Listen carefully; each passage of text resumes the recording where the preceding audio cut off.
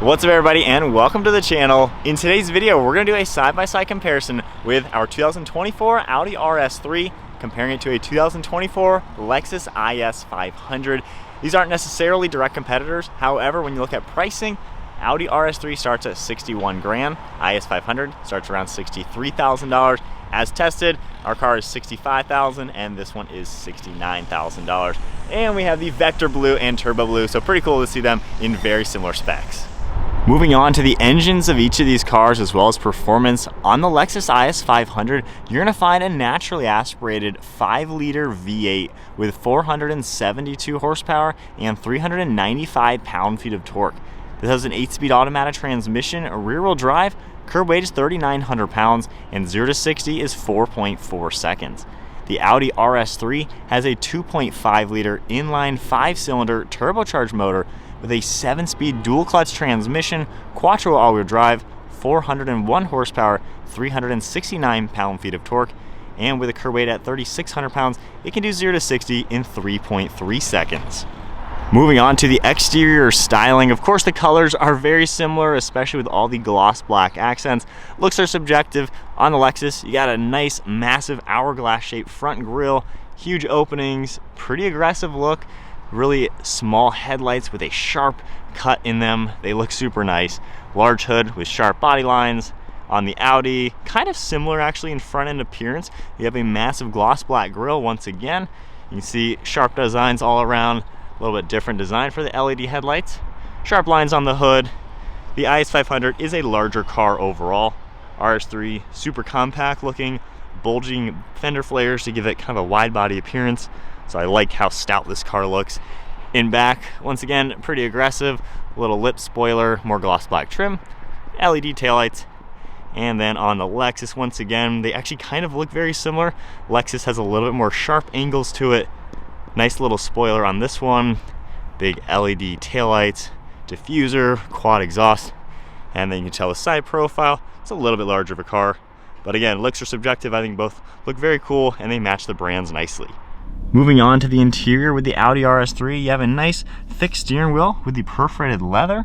There's also going to be matte carbon fiber along the dashboard, Alcantara on the door panel with contrast stitching, and then you see Napa leather for the seats with honeycomb stitching, a little bit of Alcantara as well.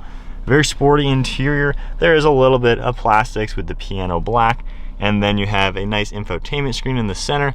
You have a few cool things you're able to go into. You can see some performance monitoring things like that. Home screen as well, pretty typical for any Audi. Navigation screen. You have a full digital cockpit as well with several different views. You can toggle this. You have that virtual cockpit with the nav. And then when you go into the RS mode, you have a really cool design. You are able to configure quite a lot in here as well. Headlight controls on the left side, more carbon fiber. And then storage down below, climate controls, and then cup holders right in the center. Visibility, not too bad, pretty good view all around. Nice sunroof up on top with a sunshade, and overall, pretty nice place to be. Now into the Lexus IS500, nice round leather steering wheel, a little bit thinner feeling, but nonetheless pretty nice. Both cars have those paddle shifters. You have a tablet style infotainment screen up on top, touchscreen just like you would see in the Audi. Pretty simple, kind of like any Lexus. I wouldn't say it's as nice. I think the Audi's a little bit more modern feeling. A little bit more simple for all the controls. You have a lot more buttons on the interior, buttons down below. Drive modes are right here. You can toggle them into a few different designs. So basically you get a nice different design for that screen. Moving to the seats, this is a synthetic leather material. However, they are still nice buckets, blue contrast stitching. They look pretty sporty. Once again, just a little bit of vinyl on the door panels, sunroof up on top. Similar visibility overall. And then you get some plastic material with some fake stitching designs to it. But still a nice place to be. I think the Audi does feel a little bit nicer with the more genuine materials. However, this is a roomy car still with nice materials all around and a pretty decent use of technology. Now hopping into the back seat with the Audi RS3, like I said, this is a little bit of a smaller car at 5'11". My head just barely touches the ceiling, and with the driver's seat at my height, my knees have about an inch of space. There is a cutout for your knees. It's not bad back here. If you kind of slouch a little bit, I mean, it's a pretty useful four-door car. Still not too bad. Big windows in here. There are some amenities like climate control vents You have USB ports, and in the center, we can pull this down, and you're gonna have cup holders as well as the armrest. So you have a nice back seat here, just on the little bit of a tighter side, but still nonetheless very useful for a small car. So now hopping into the Lexus IS500, it's definitely a little bit more roomy. My head has maybe an inch of headroom now, so a little bit nicer. Seats are at a similar recline angle, and knee room and legroom is a little bit better. This seat is pushed up a little bit farther. However, if I actually sit where I have this one at my height, kind of similar knee room, I would say, actually. So kind of similar on legroom, just a little bit more headroom in the IS. Seat feels a little bit more padded back here. However, the seat actually feels a little lower to where my knees are kind of higher in the air. You're still gonna get the climate control vents right in the center, and then you also have the nice armrest with a cup holder that will pop outwards. So honestly, pretty similar back seats. I think the Lexus is just a little bit better in headroom, and then a little bit smaller windows actually. So very comparable back seats.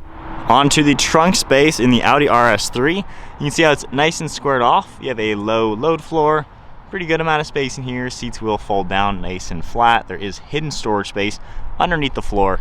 And then on the Lexus, it's a little bit larger. The floor is definitely a little bit deeper. You can see how the seats, they also fold down as well. So obviously, as you would expect, IS series is a little bit bigger than the 3 Series from Audi. So you're gonna get a little bit more trunk space in the Lexus.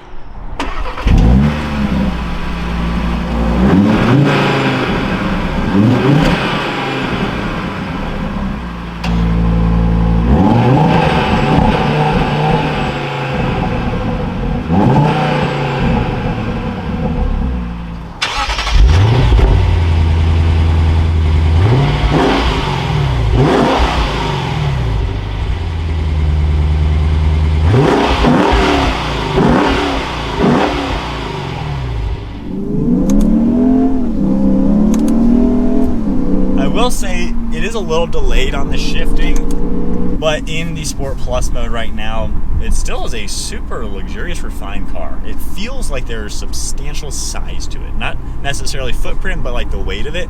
It just feels like it's just plowing through little bumps and is a very, very stable car. Steering is a little on the light side, I would say. Steering wheel feels a little thin around the top and the bottom, but you got a nice grip at 9 and 3. Great visibility all around. It's comfortable and refined feeling in here. Honestly, it's a nice place, and I really like the white tack. Looks pretty cool, it just gives it a sporty look. Downshifts aren't too crazy aggressive. From 3rd gear, slowly getting up to speed. It doesn't really feel all that fast. Now looking at the 0 to 60 times, this is a whole second slower than the RS3, so it really doesn't feel that crazy fast. It does have good top end, very smooth linear power and everything. So pressing that one, we're back into the normal mode, automatic. I will say these seats are really comfortable. They hug you super nicely. I mean, it's a nice place to be. Armrests are great. You have a really good sized interior. I'm 5'11", and I could just daily drive this all day long. So it really feels like just a fantastic daily. There are some plastics in it, you know, everything's fake leather, just kind of old school feeling. You can definitely tell kind of on that older side. But back into the fun mode, downshifting a little bit. A little slow on those. It does sound really good. Yeah, the shifting honestly is pretty slow. So now from 1st gear, let's get up to some speed, feel it out a little bit better.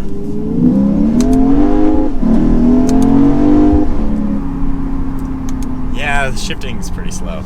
I don't know if the one at the track was tuned or not, but it was way snappier. This feels like you shift and then it goes almost like a single clutch actually. So it feels a little delayed on the shifting.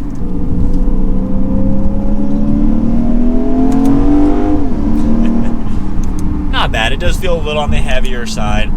So honestly, I feel like if you're getting the IS500, you're probably getting this mainly because bulletproof reliability, old school V8, very old school interior. This doesn't really feel super modern. You have a nice screen with enough things in it. I mean, you have navigation, you have all the normal bells and whistles, very tight turning circle. That's pretty cool. Yeah, there is about a 500 RPM delay in shifting, which I really wasn't expecting. But it does get up to speed pretty quickly. It doesn't feel fast, honestly. It feels quick. It feels very healthy in the acceleration. A little bit faster around the turn now.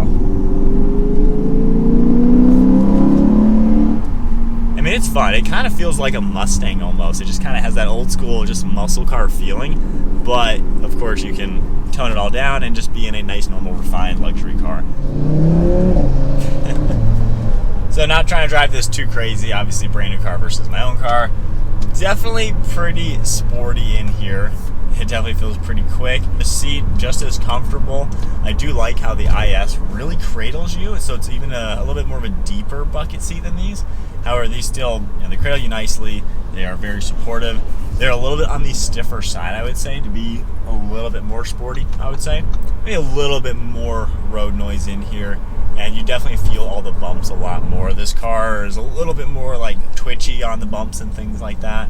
The dual clutch transmission and the slow speeds, you kind of feel it engaging. So this car isn't as relaxing to drive, isn't as easy to drive. So then going back into the fun mode, there is already a lot more drama. Very stiff suspension.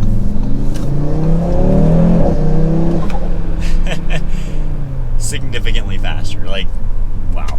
Yeah, that is a lot faster. The steering in this car also feels a lot more direct. I'm not the biggest fan overall of the RS3 steering. You know, I think it's a little on the light side. I wish it was a little bit better. However, when you compare them back to back, wow, that is bumpy over those bumps. This is definitely very darty, super precise. Man, everything about this car feels like it's on edge.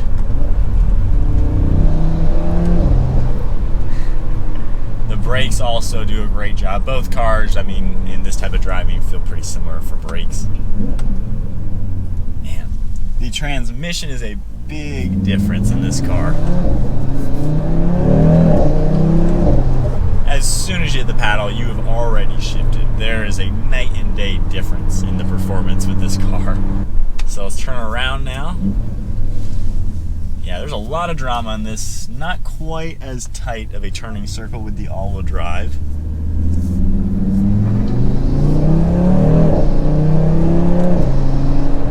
Man. Wow, yeah, see, going around that turn, I didn't feel quite as confident in the IS to kind of accelerate through it. So the all-wheel drive in this just gives you that extra handling too. All right, so after driving the RS3 back-to-back with the Lexus IS500, to be quite honest, you're not cross-shopping these two cars. They drive significantly different. The RS3 is insanely fast, super precise and responsive, an absolute tossable car in the turns, nice materials in the interior with the genuine leather, the carbon, and it has nice modern technology. The IS500, very, very laid back. It's super comfortable, very roomy, incredibly simple with the interior, very old school interior, very old school power plant. The V8 does sound amazing, but if you're looking for the performance side of things, these cars aren't even on the same page. I think the RS3 in this price point is way onto one side of just twitchy sports car ready to race. The IS500 is on the complete other side, very laid back. The M340i and the Audi S4 are kind of the two cars smack dab in the middle at the same price point, but I don't think anybody's gonna cross shop these. While if they're sitting at the dealership lot, especially in identical colors and for nearly the same price, you might look at both of them. You're looking for a completely different car depending on which one you like. But there's my thoughts comparing the IS500 to the RS3. I do like the IS500, it has a lot going for it. Not really my taste. I am a way bigger fan of the RS3, so obviously that's the car we bought. But both do certainly have a lot going for them, especially in these colors. But comment below, what do you guys think of the 500 versus the RS3? With that said, I'll see you guys in the next video.